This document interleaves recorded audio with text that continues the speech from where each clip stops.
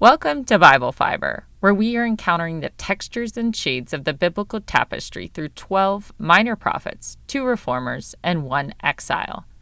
I am Shelley Neese, president of the Jerusalem Connection, a Christian organization devoted to sharing the story of the people of Israel, both ancient and modern. For the first 14 chapters, Ezekiel's divine dispatches included overpowering visions and bizarre sign acts. In chapter 15, he switched his method of communicating, choosing instead to reinforce the message through a series of 6 parables and metaphors. The otherworldly theme of a throne chariot motored by winged and wheeled composite creatures faded out. In its place, Ezekiel relied on realistic scenes from nature and home life that would be familiar to every ancient person. He likened Israel to a useless vine, an unfaithful wife, and an abandoned infant. He compared Jerusalem's political alliances to 2 battling eagles and her last kings to captured lions. Each parable points to the impending destruction of Jerusalem and the awful fate of the city's residents. If Jewish mysticism holds that only mature, initiated mystics should ponder Ezekiel's throne chariot, the compilation of Ezekiel's word pictures is the opposite. The parables and their explanations are accessible to all. Ezekiel's first and shortest metaphorical passage is about a useless wild vine in the woods. The oracle begins with the prophet's usual recognition formula, announcing that the word of the Lord came to him. God asked Ezekiel, "How does the wood of the vine surpass all other wood, the vine branch that is among the trees of the forest? Is wood taken from it to make anything? Does one take a peg from it on which to hang any object?" Although Ezekiel did not specify his audience, he is presumably sharing the oracle with the exiles in his company. God wants them to ponder the utility of a fruitless vine growing wild in the forest. In their lived experience, they had surely never seen a vine branch with more strength than a rooted tree. A vine, apart from its production of fruit, has little worth. For example, a carpenter would not use a flimsy vine as building material. A vine is not even sturdy enough to craft a peg for wall hanging. It would sag under the slightest weight. In fact, Ezekiel specified that he was not even describing a vine, but rather a vine branch. In Hebrew, Gethin means vine, and Zamor refers to a fallen or pruned branch. The vine branch is even less useful than the vine itself. In likening Israel to a vine, Ezekiel was alluding to a well-developed metaphor in Hebrew tradition. In Genesis, before the patriarch Jacob died, he bestowed his blessing and parting words to each of his sons. Jacob described Joseph, his resilient, loyal son, as a fruitful vine near a spring with branches growing over the garden walls. The Psalms include an elaborate vine metaphor describing Israel's election and placement in the Promised Land. God is compared to a master gardener who transplanted his choice vine from Egypt to his royal garden. In preparation for the vine's planting, God cleared the ground so the vine could take root and fill the land with branches and shoots. The psalmist prophesied that one day God would rebuke his people and allow the garden wall to be broken down, with its fruit exposed to wild animals and passers-by. The prophet Jeremiah described Israel as a choice vine from the purest stock that deteriorated into a wild vine of no value. Hosea tweaked the metaphor to imply that as the vine of Israel increased, so did their idolatry and sin.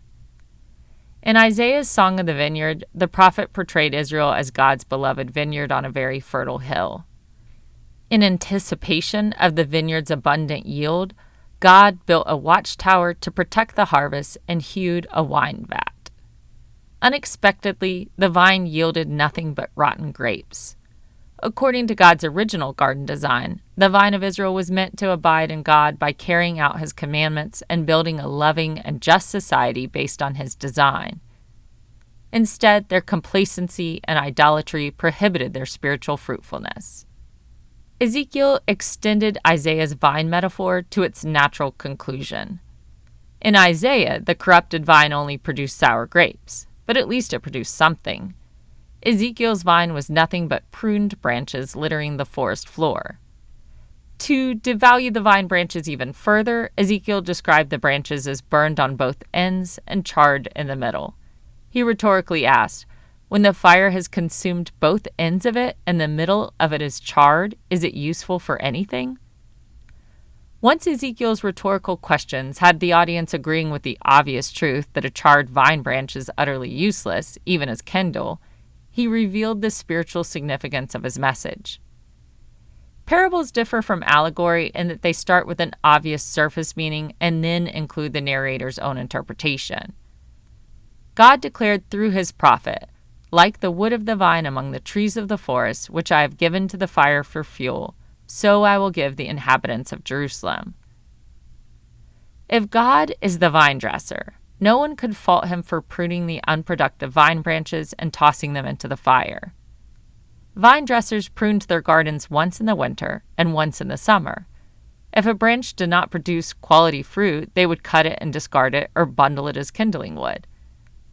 The vine branches which Ezekiel describes as the inhabitants of Jerusalem failed to fulfill their purpose.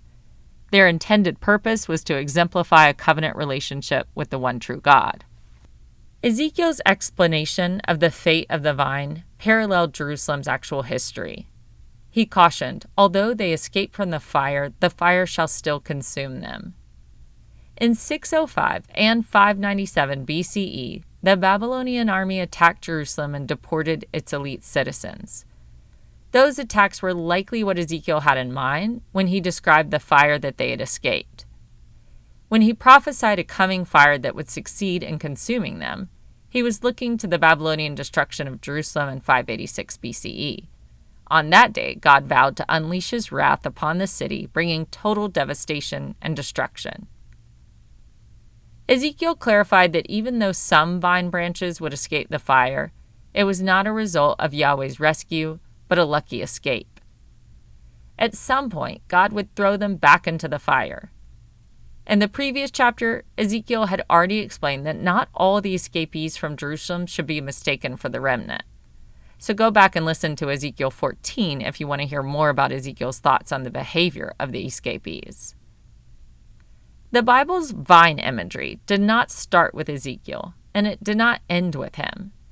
Jesus was certainly no stranger to the power of parables as an effective communication method. Prophetic parables often coaxed the hearers into agreement until they realized they were condemning themselves. In the New Testament, Jesus used the vine metaphor to encapsulate the entire gospel message. Jesus described God as the vine dresser, but he cast himself as the true vine of Israel. With Jesus standing in as the true vine, he created a new path for followers of God to bear fruit. By relying on Jesus Christ, the true vine, believers can achieve what before had seemed impossible. In calling his disciples to a fruit-bearing life, Jesus explained, "He removes every branch in me that bears no fruit. Every branch that bears fruit he prunes to make it bear more fruit. You've already been cleansed by the word that I have spoken to you. Abide in me as I abide in you. Just as the branch cannot bear fruit by itself unless it abides in the vine, neither can you unless you abide in me. I am the vine, you are the branches. Those who abide in me and I in them bear much fruit, because apart from me you can do nothing. Whoever does not abide in me is thrown away like a branch and withers. Such branches are gathered, thrown into the fire, and burned. If you abide in me and my words abide in you, ask for whatever you wish, and it will be done for you. My Father is glorified by this, that you bear much fruit and become my disciples." That is all for Ezekiel's shortest parable. For the next several chapters, Ezekiel continues to teach in parables to clarify and justify the divine position. Parables are one way of giving Yahweh's side of the story. He tried every means of communication to disrupt their naive belief that Jerusalem was on the verge of resurgence and the covenant was unbreakable. Get ready for next week. Ezekiel 16 is the longest single oracle in the book, and it is also uncomfortably explicit in its comparison of Israel to an adulterous woman. Thank you for listening, and please continue to take part in this Bible reading challenge. If you would like the transcript of the podcast with all the biblical references, go to our blog and sign up for our weekly newsletter. We just added a free downloadable goodie on our website to anyone who signs up, so go to thejerusalemconnection.us and check it out. Don't forget to rate Bible Fiber wherever you listen to your podcasts. It helps people find this show. Until next week, Shabbat Shalom and Am Israel Chai.